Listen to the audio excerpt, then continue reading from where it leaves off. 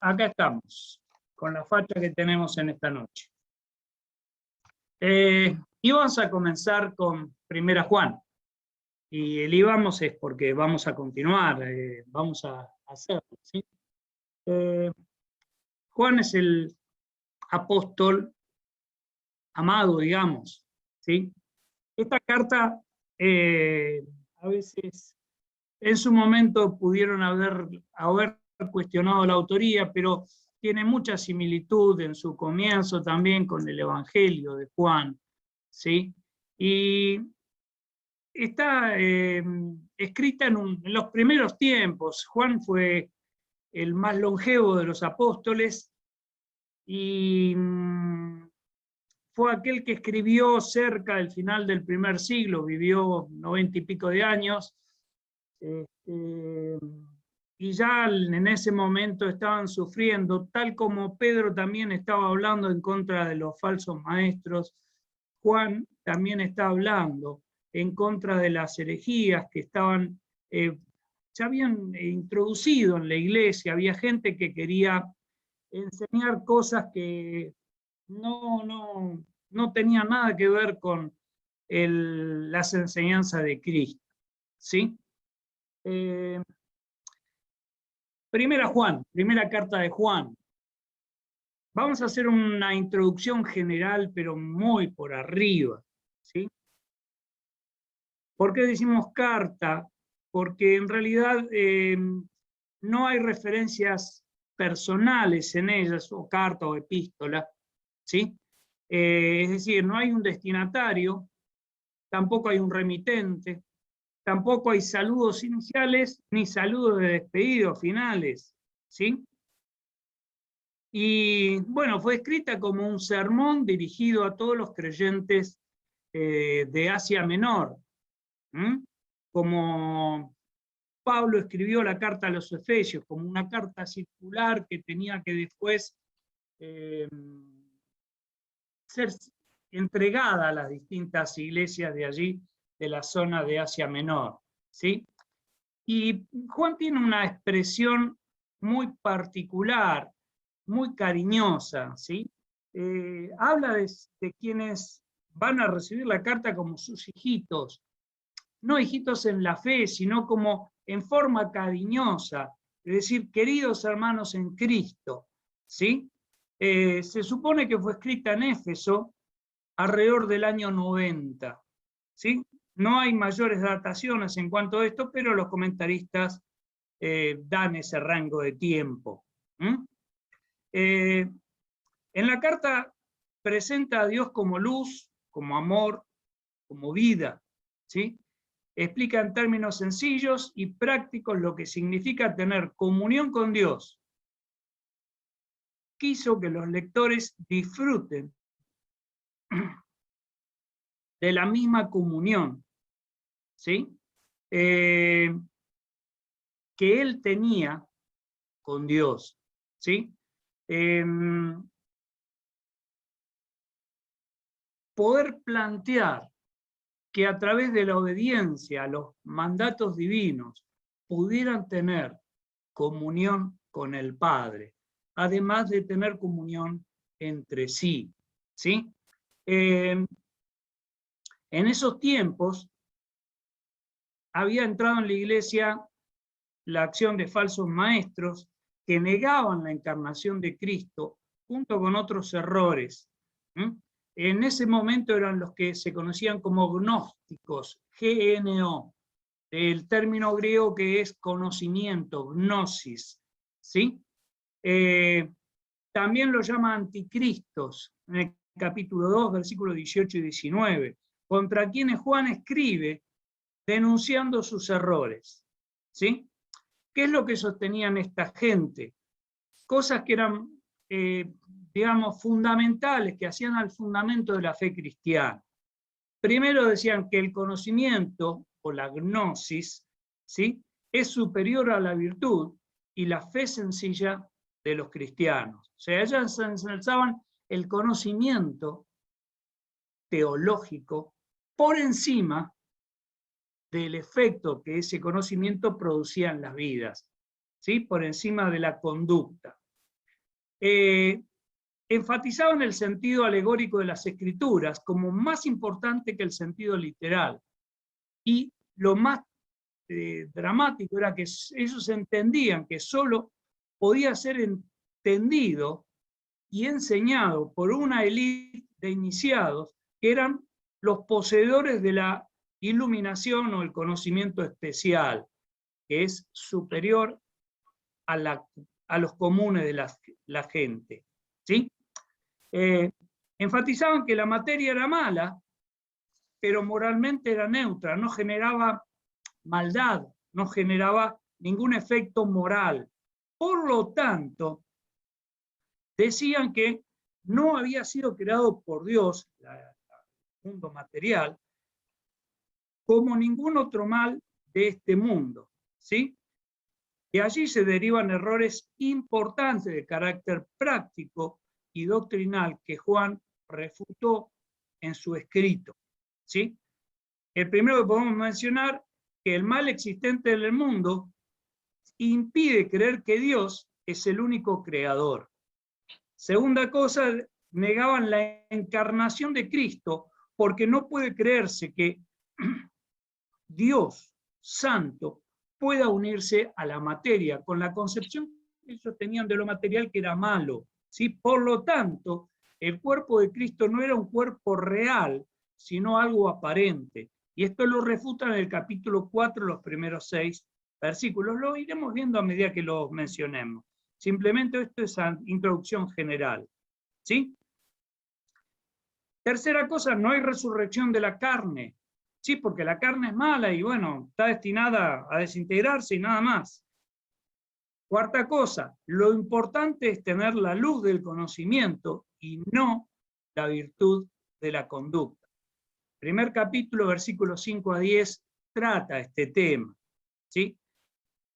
El problema es que el nivel ético de muchos de estos gnósticos era bajo, porque como la materia no tiene relación con lo moral, lo que se hace con el cuerpo no es pecado. Y Juan advierte la realidad de la encarnación y el alto nivel ético de Cristo, y que toda conducta en contra de la ley dada por Dios es pecado. Capítulo 3, versículos 4 al 10. ¿Sí?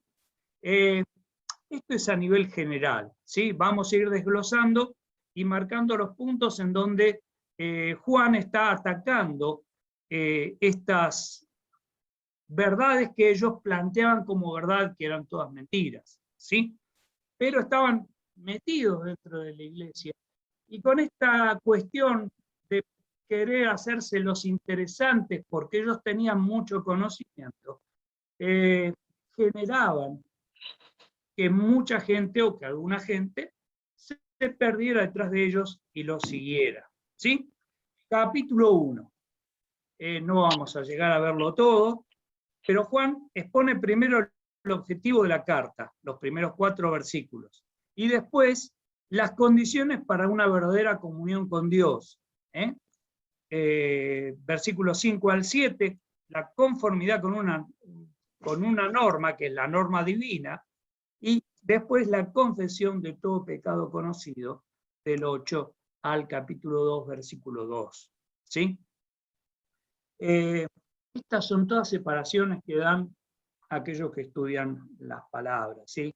Puede haber otros que tome otra separación. Lo que es inspirado es el texto bíblico, ¿sí? Aún los versículos y capítulos sabemos que es un sistema de coordenadas para que cuando busquemos algo, lo encontremos en forma rápida todos, ¿sí? Así que bueno, vamos a comenzar la lectura de los primeros 4 versículos de 1 Juan, capítulo 1. Les anunciamos al que existe desde el principio, a quien hemos visto y oído. Lo vimos con nuestros propios ojos y lo tocamos con nuestras propias manos. ¿Sí? Acá ya indirectamente está hablando en contra de que Jesús era un ser, pero no era un ser de carne y hueso. ¿Sí? Él dice, nosotros lo tocamos, lo palpamos, estuvimos con él, lo oímos sus enseñanzas. Él es la palabra, el verbo de vida. Él, quien es la vida misma, nos fue revelado y nosotros lo vimos, y ahora testificamos y anunciamos a ustedes que Él es la vida eterna. Estaba con el Padre y luego nos fue revelado. Les anunciamos lo que nosotros mismos hemos visto y oído, para que ustedes tengan comunión con nosotros, porque nuestra comunión es con el Padre y con su Hijo Jesucristo. Versículo 4, escribimos estas cosas para que el gozo de ustedes sea completo. ¿Sí? Juan tiene una manera muy sencilla de escribir.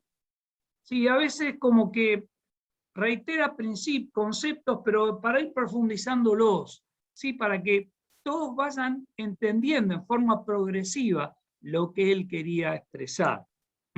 Comienza esta carta en forma similar, si nos acordamos cómo empezó a escribir su evangelio. En el principio era el verbo era con Dios y el verbo era Dios. Y ese verbo se hizo carne y sigue adelante, ¿sí? Mucho más largo que estos 4 versículos. Haciendo énfasis en que Cristo, el verbo de vida, es eterno, es decir, existía anteriormente al principio, y que Dios vino al mundo como un ser humano, y que él, Juan, fue testigo presencial de la vida de Jesús. Qué importante es que tanto nosotros, a través de la palabra de Dios escrita, y los que podían escuchar su mensaje, el mensaje de Juan, supieran que quien estaba hablando no era alguien que había oído una historia acerca de otra persona, era alguien que había vivido esa historia, que había estado junto al maestro, que lo había tocado, había recibido sus enseñanzas, había practicado lo que Jesús estaba enseñando, y era un testigo de primera mano que estaba certificando lo que escribía, y lo certificaba con su testimonio. ¿Sí? Juan había vivido con él, conocido y tratado personalmente. Como testigo presencial del ministerio de Jesús, Juan tenía la autoridad para enseñar la verdad acerca de Jesús. Nosotros, aunque no tuvimos su experiencia, podemos confiar que dice la verdad. Podemos confiar en los testimonios de testigos que escribieron, que sí lo hicieron, y que podemos confiar en que eso que escribieron es la verdad. Más allá de la inspiración de la Escritura por parte del Espíritu Santo, ¿sí? Tenemos el testimonio y la palabra de Dios guardada por Dios mismo a lo largo de todos estos años, ¿sí? Sin ser tergiversada.